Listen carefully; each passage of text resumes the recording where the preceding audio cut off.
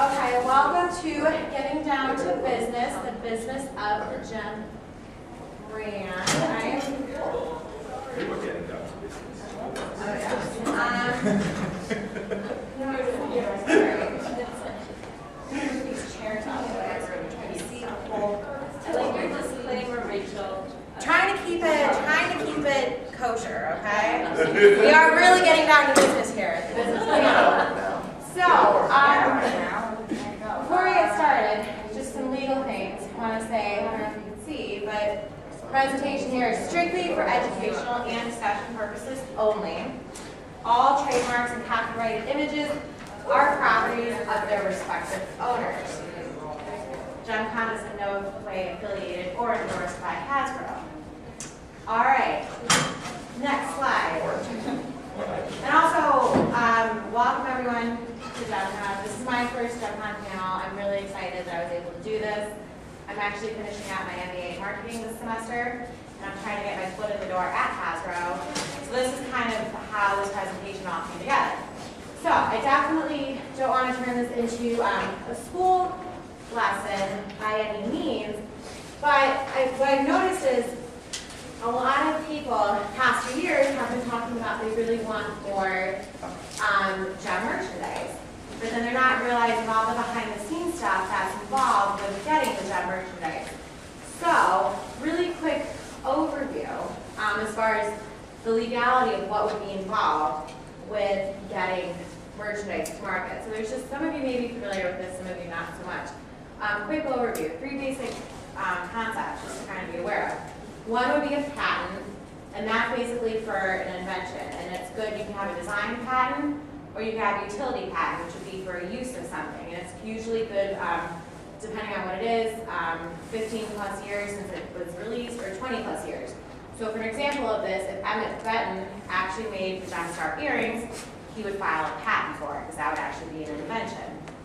I think it'd be really cool if we could actually have that, but next example, copyright. So that would be an actual original work of our authorship. So that would be scripts, poetry, music, film. That's the original, like Gem and the Hologram shows, like the actual scripts. The songs that Anne Bryant wrote, those are all examples of copyright. This is good for, the protection is good for the life of the author plus 70 years. Next term, just to kind of be aware of, is trademark. Now that is basically protects brand names, logos, anything like that, specifically for anything used for commerce, goods, services, that always is about the money, of course. So basically, a perfect example of that would be the Gem and the Holograms clothing line. You can't just go and start selling the Gem and the Holograms clothing line. You need to get the okay from whoever owns the Gem and the Holograms logo, which would be Hasbro. Now, in theory, those don't expire. As long as you continue to use that trademark in commerce, it could theoretically live on. Can you renew a patent? I don't know. I'm not sure actually. That's a little bit above my pay grade, but yeah. So it's, design is 15 plus years. So then you're opening up yourself to like They just change not it a little bit and then yeah, that's where the issues are. Where they just change it ever so slightly. So that's like kind of off topic, but like pharmaceuticals. Before a generic comes out, it's always however many years, and then they just change the formula. Yeah, ever so slightly, and then sure. Okay. So next slide. So that's why kind of you can't really. I hate that this is. Thank you. So I kind of tease up to this slide. So I did a little investigating to figure out what exactly is going on currently right now with the Gem and the Holograms brand. So there's this lovely website called the U.S. Patent and Trademark Office that keeps an active list of all trademark requests for any and anything that you could possibly think of. So I looked up Gem and the Holograms to see what is actually going on out there. Now you'll notice on the left side are what we consider 8 live requests, and on the right are what we would consider 6 dead requests. So I would think of the left side basically an active request, things that they're still actively kind of in their cart, so to speak, like an Amazon cart. On the right, we've got dead requests. So they tried to do something with it, didn't really come to fruition, And then now it kind of went back out into someone else can potentially do something with it. Now, a couple things I just thought were interesting to be aware of. So on the right here, you'll notice there were actually 3 different filing attempts. So let me take a step back real quick. So in order to have any application of a trademark asset, a licensed asset, whether it's for the comic book, the clothing, the movie, you have to do a separate filing every single time. So there was a separate process involved with getting us the Gem and the Holograms comic versus the Integrity dolls versus the movie. It all seems like, okay, it's all just Gem, why can't we just have all of them at once? But there's all just different business stuff going on behind the scenes. So if you look over here on the right, there were actually 3 different attempts that went through with trying to get the comics up and running before we actually got the comics that we have today, which I thought was interesting. A couple other things that I just thought were worth pointing out. There was a clothing request that was just abandoned. One of them, you'll see up here, clothing, costumes, footwear, June of this year, it was just abandoned. So we had the Spirit Halloween costumes. We had some of the clothing, obviously, that we saw at Target, that kind of stuff. It was just abandoned in June of this past year. So my assumption is that maybe because the movie didn't do so well, that then they decided, okay, we're not going to move forward with having all this Gem stuff come out. Just a little side note. I think it's always easy. I always try to kind of compare Gem to My Little Pony, just because My Little Pony is like the mothership of 80s assets that are just really doing well right now, currently with sales. My Little Pony right now has 8 live requests and 10 dead requests. So as far as like a number count, Gem's not doing bad, but it just really goes back to you need to have a team actively working on, it has to be a priority. They have to actively be working on making these a priority. So like you'll see even hair dye, makeup, so that we have the Mannequin hair dye, the palettes and all the fun stuff at Sephora, the dolls that finally, the Integrity dolls, what we finally got those in 2013, first filed in 2011. So just kind of letting you guys know, there's a process and it takes some time for these things to finally come through to the market. So now next slide. I did some research. On the right here, this was actually, you can't, it's a little distorted, which is a bummer. This was original marketing material that was issued to stores back in the 80s, like co-op material to help them promote the dolls and the toys and the merchandise back in the 80s. Now, kind of comparing Gem merchandise back then, kind of best practices, what worked, what didn't, and kind of maybe what we could learn from back then, see if we can use any of that for today. How many of you guys were here for Gina's panel last year? Yeah, very, oh my God, it was awesome. So, yes, very, very insightful. So just kind of looking at, just from like a, basic business perspective. So looking at what worked and what didn't work. So Gem obviously, it originally aired back in, as we know, October 1985. The toys were unveiled at the New York Toy Fair in February of '86. Hasbro expected that Gem was going to make $30 million in sales that year. It actually ended up being the 10th most popular toy line for that year. Some issues, it did well, but there were some issues. I even noticed this just going into the vendor room, looking at some of the stuff. The reason why, I know Gina talked about she really wanted the dolls to be different and not be just like the Gem, not just be like Barbie dolls. She wanted something to really be different.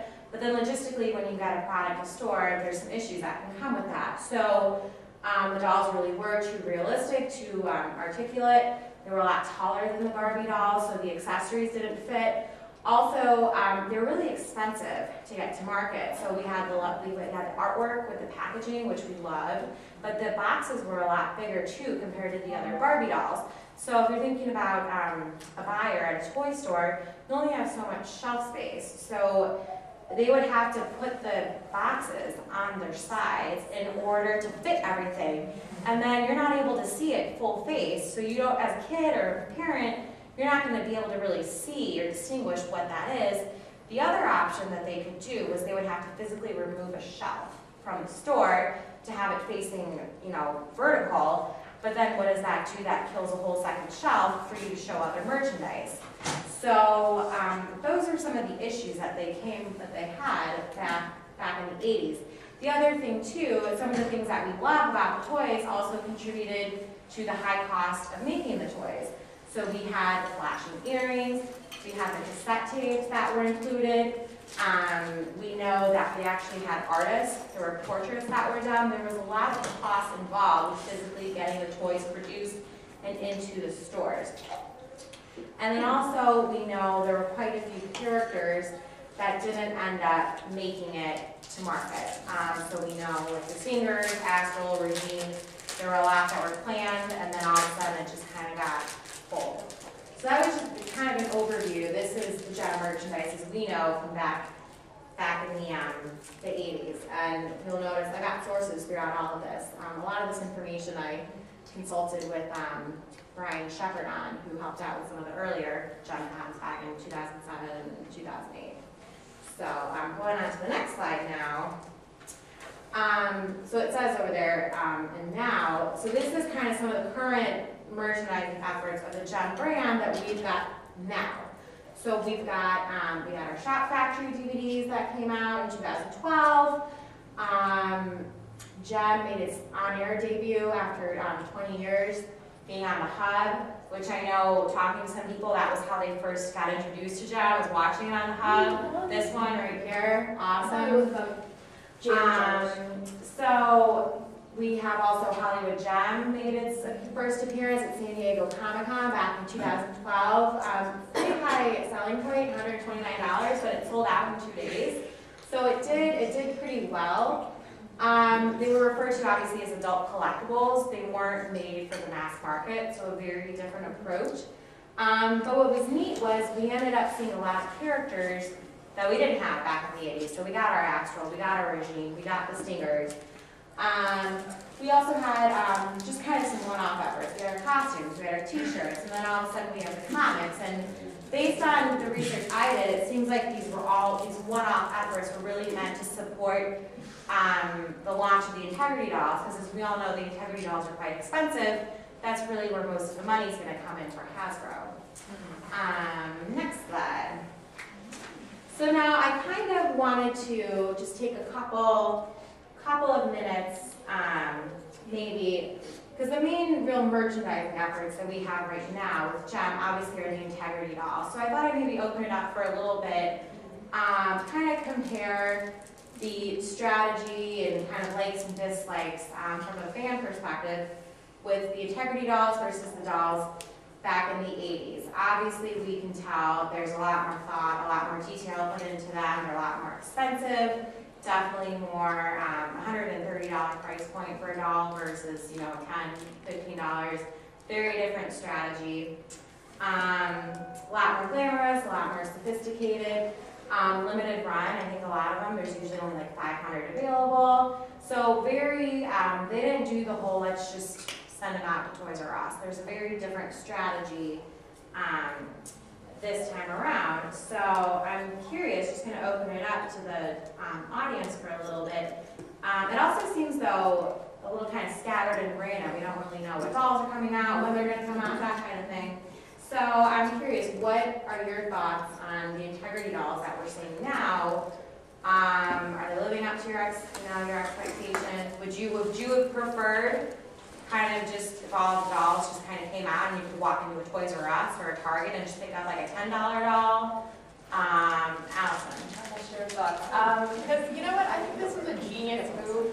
I think we kind of saw it coming because what was the car commercial that came out where it was like Jem? Oh, the Honda commercial? The Honda, where it's like, Yeah. it's like we've realized that everybody that was a young person watching this when it originally aired, or even like I'm a few years, like I was like 4 when Jem came out, but like it was on USA when I was like of age to be watching and really like getting into Jem. So they've realized that these little kids from like 1985, 6 are now like adults with jobs.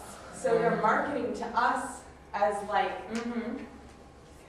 young 30s, Right. young 40 something. Like they're realizing these are people, adult people with jobs. So I think that that's why we're not getting the play line per se. That we could, of course, I always feel special when I can go to a comic book store and I have like the ability to buy a real gem merchandise like in a store, because I did not really do that in the 80s. I was like a little bit after the toy line. But it's so interesting to me that they're like, oh, we see these adults now that are still enjoying this line. And so we're going to market these things to them. And they can put this $130 price point on it because there's enough collectors that are willing to go for it to get that level of detail. So I guess I'm speaking more to that kind of idea of like, why are they marketing to us and not putting on this toy line? I think that's exactly why. I actually think that's a missed opportunity because so many adult collectors play with their toys. They should do an adult play line even, you know, because like with He-Man, with the Mattel and the re-release of Masters of the Universe, they put out the Newcastle Grayskull and all the figures to go with it. And a lot of people break out the toys and set them up and move them around and play with them. So I think even, like you've got the high-end adult collector dolls, but even like a plain line geared to us would be, it's a missed opportunity. I mean, I would love it too. I'm just saying that I think that that's the strategy. It's like, we're going to just target these people who are going to drop the 130 or they're like, They only need 500 of us to really Right, keep so the they're line getting their going money back. and be Right. profitable for Integrity and Hasbro. So I think that it's, you know, in that sense it's smart, but on the flip side is it can hurt them because I'm already hearing people are getting oversaturated with Integrity, and I don't need a 12th version of Gem, and you know the dolls are sticking around longer in the stores, and the last sets that came with a secondary look, you know, I know that their hope was people will buy two, or they'll buy an extra piece to display both together, but the quantities that are still available are still hanging around, and increased shipping costs to the international fans as well. You know, Canada, overseas, like everywhere, you know, it is a lot when it can put to ship one doll to Canada is $42 American, and with the exchange rate, it's, Right. yeah. You had your hand up. This might be a have my cake and eat it too, but I would like both. Yeah. Because I think the Integrity dolls are beautiful, and I, you know, want to collect my favorites of that. But I also have nieces, and I'd like to get them into Gem, and I'd like to get them some play dolls that they would like and start to, you know, get into it and see what is this. My aunt actually gave me my first one, so I think that would be really cool. And you had your hand up. Yeah, I keep going back and forth on it from Right. the actual business perspective versus the collectible.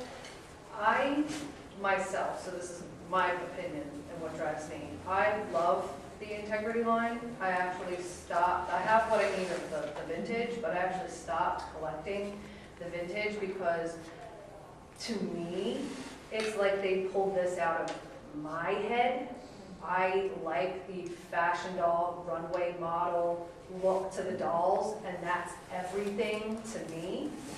But from a mass business perspective, it's not going to sell like Barbie does. It's not, unless they remade and made it more like Barbie, or the changes that were made back in the 80s with it being so different and not matching with Barbie and not fitting the shoes. They would have to make so many and influence so many people that they won't take that risk. So by keeping it focused, they keep the intensity of, yeah, these dolls sold out. They're not available anymore. It's that popular, but if you keep making them more, especially now, like think with the ponies, Right. My Little Pony brand, they revise it every so many years. They have G1, you know, G1s have their value because they don't make them like that anymore. G3s, I like well, I should say G2, that's that's my opinion. G3, okay, 4 and 5 and continuing on, but now everybody kind of has that, I'm collecting it, Right. I can collect it, there's so many, the value of them, it's almost a dime a dozen. So by keeping the value and keeping them not retail, it enhances their value, but it's still a huge Right, it's a coin price toss. point. See, but my counter out of it is, if I'm gonna fork out $150, $250, whatever they're asking me, I better expect an amazing quality. And the thing is that, yeah, the clothes are good. So far, it hasn't happened to me, but I've heard horror stories of jewelry coming apart, people flipping their dolls, and they're like, pizzazz is one of the most common ones. She's like a giant bald spot if you raise her hair, and it's just horrible. If I'm gonna be forking that much money, girl, you better be, giving me an amazing product. And that's the main problem. Also, they lie about quantities. Yeah, they're trying to create Right. this, oh, we only made Limited edition, right? yeah, we only made 500. And I'm like, I can count just on Facebook gathering all the posts, 500 people who have purchased the dolls, But and it's still quantities on It's the still not website. mass though. Hmm? Still not. Well, yeah, I remember mass. there was like a thing in the last year where all of a sudden they found like a random warehouse with a bunch of like extra Raya dolls or something, and then all of a sudden Raya came back up on the integrity site. Yeah. There's like 10 or 12 and. Yeah, it's like they try to make it like Tickle Me Elmo, like Right. thing. But it's still not, it's not in a brick, it's not across the nation like a brick and mortar store. It's Right. quantities, even though there might be, maybe they doubled it Right. and they have 1,000 instead of Right. some other ones. I don't see that.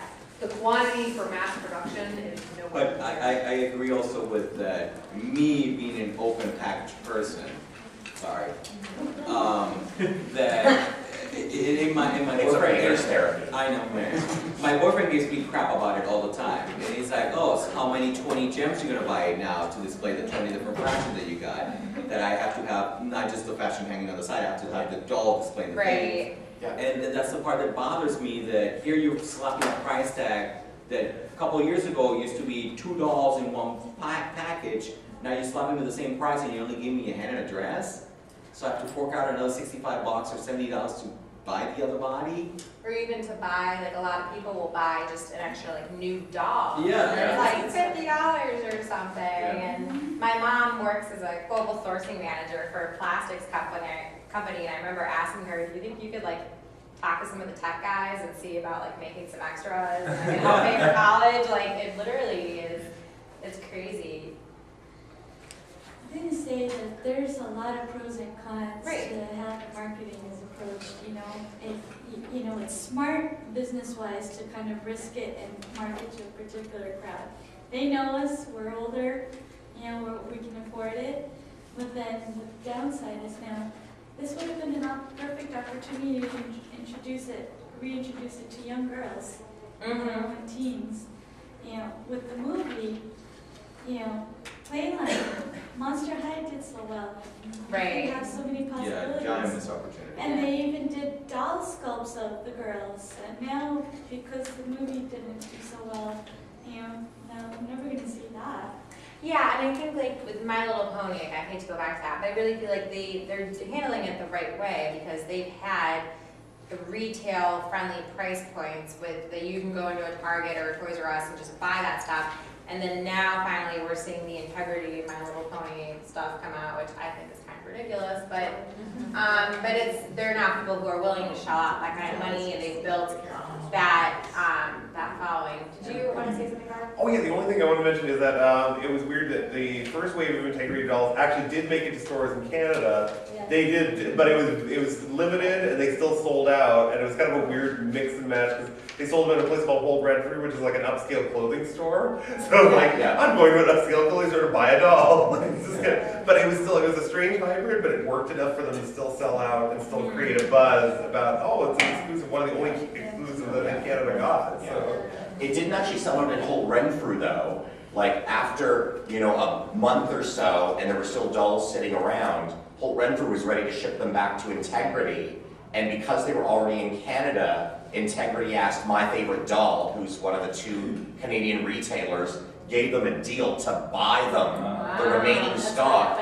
And Marg, you know, spent some time selling the dolls through her site because, you know, people had been touching the dolls and boxes were getting ripped and that sort of stuff. And it wasn't until Glitter and Gold Gem came out that, because she was like, the most dolls that she had left over were Jerrica and Synergy. She only got a couple gems. Gem pretty much sold out at Holt Renfrew. But it was when... you were 4th in line, girl, I remember. When Glitter and Gold Gem got announced as the San Diego Comic-Con exclusive and it had the Jerrica dress, that was when she saw this resurgence of people were contacting her saying, can I get a Jerrica from you now because I want to display the Glitter and Gold dress fashion with it. And then they were gone. Rob, you had your hand up. Yeah, I think Integrity kind of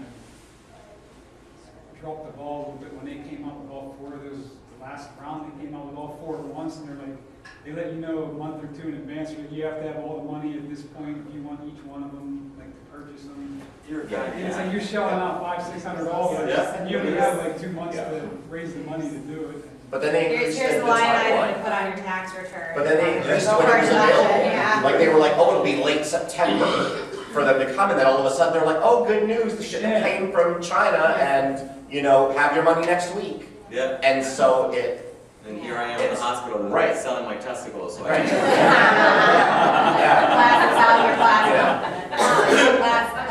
There's so many things to say. I mean, there's so many things to say. I think maybe, I think the sabotage of the gem movie, I don't know, whatever, however you feel about that. The internet is coming up. Yeah, the internet is powerful, right? Yeah. So I think it's a question of finding who cares about the brand and who cares about that price point, right? So like Gem Finals, but even there's a company, I think they did Behemoth Retroactive, is that the one that's a Behemoth? If you Google the story of the 1979 Kenner alien doll, it is fascinating. And they had alien planeline dolls that never came to market in '79, but Retroactive released them. So I think it's a question of like finding the company that cares for that niche. Yeah. Right? And really doing that kind of grassroots, like, hey, why don't we have this? what it sucks is that we're in a male-driven market, including the toy business. Right. That guys, even though it's sad to say, I wish that we're in the world that women and men will get paid the same amount of money. So it's harder, and also we treat women, oh, you buy Care Bears, oh, you buy dolls. And the bronies Yeah. are what really Yeah. them. And it's hard to find, like, it's slowly trickling with Strawberry Shortcake and Target, but it's harder to make adult women get into buying collectibles, and it is far easier than men doing it. Because I even see the stigma when you see girls coming into the comic book store, and they're like, oh, I want this, that cool, blah, blah, blah, and they're like, do you even know what it is? The kids section, the jump Yeah. is the Yep, kids yep, yep, yep. Right. section. It's not- Okay, awesome, great insight. Let's move on to this next slide now. So we're gonna, I know we had a separate panel. Oh, security alert, security alert. Oh no. Tech Rat's trying to break in. Emergency, emergency. Okay, No awesome. lasers. So I know we had a separate discussion this morning on the comic, but I wanted to kind of talk a little bit about it because the comics, whether you like it or not, that is the one active gem asset that's really doing well right now in terms of sales and really bringing in revenue for Hasbro. So I Do we thought, know how many they make every number? Of the well, comic? I Yeah, know, how many? good to know. I know, right now, kind of comparing, let's like kind of peel back some of the layers of the onion, figure out why the comics are doing so well compared to some of the other gem ventures that haven't been doing so well. So comparing the comics, which is really comparing the comics to the cartoons from back in the 80s. So obviously the cartoons, you had a 30-minute episode after commercials and ads, maybe 22 minutes. You gotta get a full story arc in there. And then looking at the comics, obviously you've got a full storyline would be told over 6 months with each issue coming out on a monthly basis. I know just kind of reading back through the author's notes in the back of the comics, they really talked about the writers wanted to modernize Jem. If Jem were to come back alive today, and there was this idea of having this like magnificent woman, but a magnificent woman in the 80s is obviously very different than this magnificent woman today in the 2000s. Like a magnificent modern woman, I think is the phrase that was used. So I mean, what was interesting, there was one line that was in the back of the first issue that talked about how nostalgia was their greatest weakness and the greatest strength. And I thought that was really interesting. So I thought, I know we had a separate discussion, but I'm just kind of curious, why do you, and we can kind of, we can want to scroll through at least the next kind of, here we are kind of comparing, I think we all know what, these are, what the images look like, kind of talking about from just a pure business perspective. Why do you think the comics are doing so well, but then the movies flop? I can't want to say. You know what a really good part, a really good reason? Price point. It's really cheap. You can you don't have to be so invested to buy one. You can buy one here and there. Right. It's not, it's like easy. So I think that's really good. Also the fact, the marketability of the variant covers also will increase revenue. Concise and short. It's my idea. Thank you. I would say too, how it came out with Sophie Campbell, it's almost like professional fit, if that makes sense, right? Absolutely. That it really came from love, and someone seized an opportunity instead of saying, let's cook this up and try to feed it to people. See, the irks that got to me is nostalgia can be the biggest thing and the worst thing. Right. And the movie, and that's why I keep telling people, yeah, some people might not like it. It was a good movie. It had the substance and the soul was there. And if fans will take a moment and watch the movie without that, they can appreciate what he did and what he showed. When the girls were rehearsing on the garage, those were second edition fashions. Yes. The whole thing, Yeah. down to a T. Yes. The little things with Emmett tinking around, that's straight from the episode. So people were like, I hate it, low budget. Hasbro gave this poor guy $5 million and to create and to make an hour of Jem or an hour and a half, whatever, and we wanted more, and sad to say that's not enough money to create all that magic. And I feel like if you think about it from an artistic perspective, so a comic is a very different medium than a film, and I think Alana brings up a really good point. I know for me, I was into the dolls, but I'm in grad school, I don't really have a lot of money. I'm not willing to shell out $130 for a doll that I don't have room to display. But yeah, $4 for a comic, I get off work, I can go to the local comic book shop, $5 is the price of a Starbucks drink, and I can spend that time and reconnect with the brand and the show that I love. That works for me. So I think you're right, it allows, I think they were able to bring something new and fresh and different to the show, but without deviating so much from the original storyline. And I think that's a little bit of why the comics are doing so well. Then I think also what's working so well too, and we'll get into this if you want to scroll. And we'll still keep talking about this for a bit. But all of and they're smart too. They know what they're doing. All the different comic covers that we've had, all the different foil box editions with the holograms, and then you had the ones with the Misfits, and this one was almost, I'm blanking on the guy's name. Who's the artist? Not the actual artist, but there's Andy Warhol. This was almost kind of reminding me a little bit like Andy Warhol. Nagel? Yeah, and then we've got the one on the far left, it looks like one of the original box art, and then we've got all of the modern interpretations, so then it's kind of turning into this Pokemon, gotta collect them all, and the different covers, and so it's almost like we're getting to experience a different Jem, a different creative interpretation, and then for just $4 or $5, that's a lot more doable than spending $150 on a doll. And then also, I think one thing that they're doing that's really smart is they have the form in the back. They're opening it up to allow fans to give their feedback and say, what do you like, what do you don't like? And they're showing feedback and criticism, good and bad.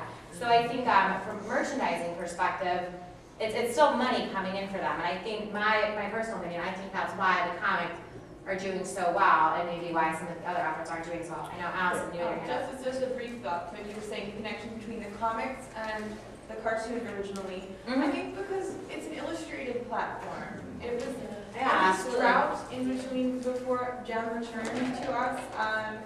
What did we have? We had fan art. We had fan fiction.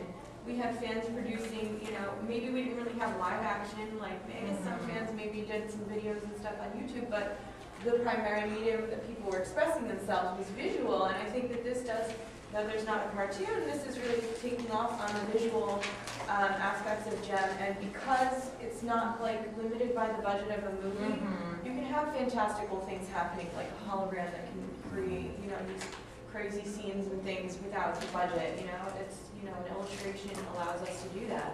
And so I think that kind of capturing on our, imagination and, the way that many of us have connected with Jem over the years before Jem has returned to us, this is sort of an extension of that. Yeah, okay.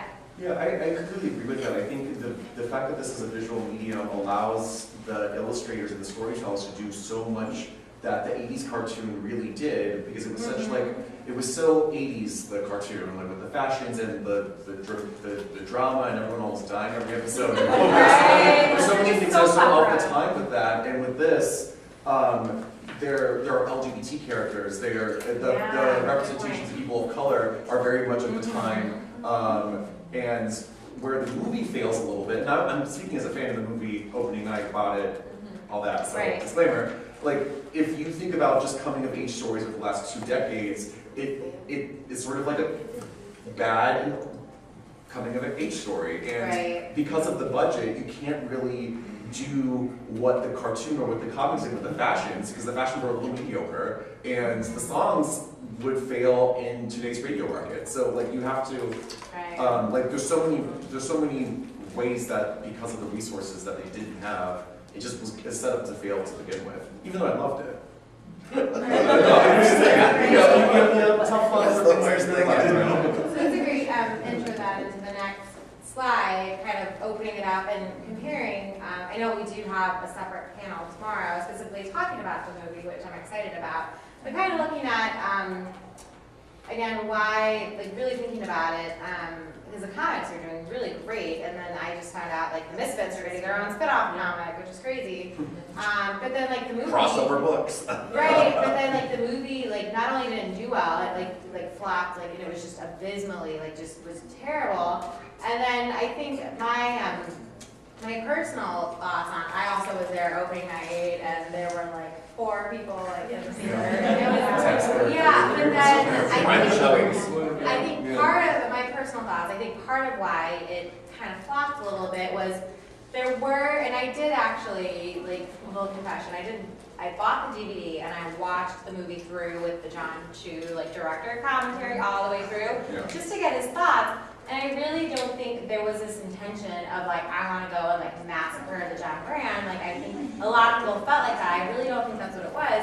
I think it was just, you have to go with the thinking about, again, just bringing in money, you have to do extremes, one or the other. You have to either go completely deviate from it or just really stick to it. And I know, I didn't even realize the scene in the garage were the 2nd edition fashion. So you have people who are they mentioned some of the little tributes to the original show, they went on the scavenger hunt and that kind of thing.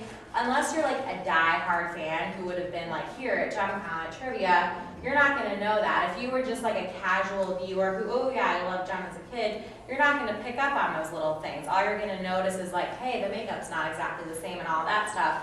So you feel they had a chance, you had to either go one way or the other, completely deviate from it. I feel they deviated so much from it, and then they just threw in a couple of random things that were tributes to the show to kind of appease the diehard fans.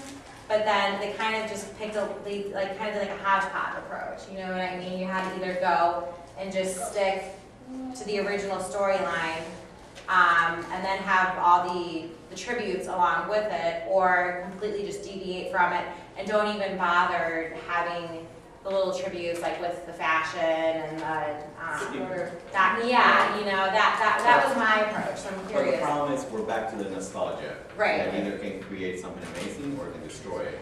And the Right. problem is the fans don't know where the stop line is, or Right. where to know that this is just cartoon characters, this is just, you know, something created for children. This is not not mold your life. This is not what has made you the Right. adult that you are. And they become monsters, criticizing and even trying to destroy anybody who thinks like, I will say, oh, I love the movie. How could you love that movie? Blah, blah, blah, blah, blah. And they destroy you in pieces. And they did the same thing through media before the movie showed up. Yes. They were Like movie Wonder Woman is Yes. different than cartoon Wonder Woman or Linda Carter Wonder Woman. I think part of it, my personal thoughts, I think where they really missed the mark was just with the trailer. Because I felt like the trailer, Yes. I'm seeing some head shakes and I'm seeing some head nods, but my personal thoughts, I feel like the trailer, when you saw it, everyone, and there were even YouTube videos that were commenting like, that's not Jem, that's not Jem. But then when I actually saw the movie, I'm like, no, that is Jem. And I feel like they picked the wrong scenes. Because really, Mark actually yeah. said that in the commentary. He was all like, I couldn't believe what they chose. Like, he was not Right, happy. so I think that's really where they missed the mark, because the trailer, I think, turned off enough of the original fans, and the original fans really would have been like the brand ambassadors to get the new people on board, and I think that's really where the mark got missed. I think too, their first crucial error was they changed the logo. That first logo that came out was not recognizable to us, where IDW has embraced, it's a different Jem universe, but they've kept that same logo, and we don't have the connection with this logo, the first iteration of the movie logo, at all. We didn't have that bond with it, and if they had have carried it, why did Sephora, Manic Panic, all these other people keep the original logo? Because that's what's selling. Like people didn't buy the karaoke machine because it's got the movie logo on it. I would have bought it if it had the original logo on it, but not over the karaoke machine, like the movie one. But that exactly illustrates your point about they were trying to do too much and it was almost a split, like. Yeah, pick one side and stick to it. Right, Yeah. like they either should have really gone down full nostalgia or they should have created a completely different story like the comic. Yeah, they books tried did. to And- piecemeal it, and it turned into like a Franken-Jem, you know? Right, and Yeah. it's so disappointing because like the talent behind it, like Juliette Lewis's Erica Raymond is so funny, and if she only played it up a little bit more, it would have been brilliant. I still desperately want to have a discussion about how we can get Kesha as Pizzazz in the second part because she would be amazing. Right, as but we got tomorrow for. Right. Yeah, Jenny, or sorry, were you done? Yeah, I'm done. Okay, Jenny, you your hand up. This is probably a comment better suited for tomorrow's panel as well, but I think that the tie to this panel about marketing is I think the misfire with the movie was they concentrated on the marketing efforts first before making a good movie. Like just Right. a good movie. And we went opening weekend to support it, but compared to the comic book series, like you gotta have, the pacing was off, the editing was off, the narrative, all those little Easter eggs, any other, take anything from Pixar or anything else that succeeds, the marketing has to come after the fact and not, oh, let's please everyone, and then, you can't, no matter what his commentary on the DVD is, you can't say for the fact that it did not, any film school student could say, hey, this does not meet the movie. Right, and I think what was interesting too is they had, so my understanding, all this merchandise that came out in the past year was really to help support and drive sales of the movie, which we know didn't work, even though sales of the merchandise did really well, but the movie kind of flopped. So what I thought was interesting, you can kind of see this even on the slide with all this merchandise. If you were trying to describe, oh, what is the Jem and the Holograms today to like a new customer, based off the slide, like I would be totally lost. So you've got like the Man in Panic hair dye, you've got the high price point Sephora cosmetics over there, you've got the $100 karaoke machine, you've got the random, the kids clothing that you can buy with the new Gem movie logos at Target. You've got some of the vintage Gem clothing that's just for juniors that you can buy on Target.com. You've got a bunch of stuff showing up on 80stees.com. The one that I thought was way out there, Shop Up, the upscale clothing line that was like the Kanye West version of like Gem holograms clothing. So then, go back, you didn't see that.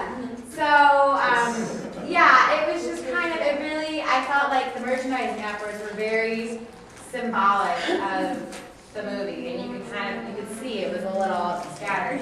But kind of, obviously we all love Gem, and that's why we're here. So I kind of, moving on to the next slide, obviously, a lot of people are talking about, hey, that's not Gem, like, no, I'm the real Gem. And I just wanted to kind of end it with this final slide, showing, the reality is we are all Gem. I wish we could just squeeze all the photos in, but it's a little distorted. A little fan, yeah. So we've got some people up here that couldn't be here this year. Obviously, we have Mike who's getting married, Topher, Keith, Ashley. We've got Leilani and Aurora May with Miss Samantha Newer. Opening night at the movie. We've got Natalie and her sister, Kimber Stormer duo. We've got, so obviously it's just, and these are all Gem fans. Like if you were, show what Gem is today, this is Gem. So I think that kind of sums it up. It's a little scattered, it's kind of all over the place, and but we're all still here. We're all still, part of the Gem empire. Any kind of, I have a question. Final thoughts? Yeah. Like, do people outside of the integrity and hiding dolls collecting even know that those dolls exist? Like, I just wonder how much of the marketing is so niche that mass audiences need to know it exists at all. You mean people that collect the Gem dolls, do they know that there's a Gem? No, like, if you don't follow high-end doll collecting, do you even know that there are new, No. When people go and see Samantha at a con, and she has a couple dolls on her table, the people are like, oh my God, what is this? And, it's being explained to them, well, there's a high-end doll line. They're amazed. So I feel that's another problem too, that's all insular. I first found out that there were dolls at the 2014 JemCon. They were talking about, like Comic-Con. I was like, wait, what's Comic-Con? I didn't know. So That's on purpose. As far as advertising marketing efforts, that's on purpose. That's them Integrity? Well, yeah. They're terrible at social media though, like It's like integrity have the hedging your worst. bets. You want Social to, media presence. you want to spend more. yeah, I paid the $50 to be part of the W Club, and I want to ask for my money back. I'm not doing it again this year. I didn't buy anything. Until the point that's not fashions. Yeah. Well, I think our time is up, but I want to thank everyone for coming.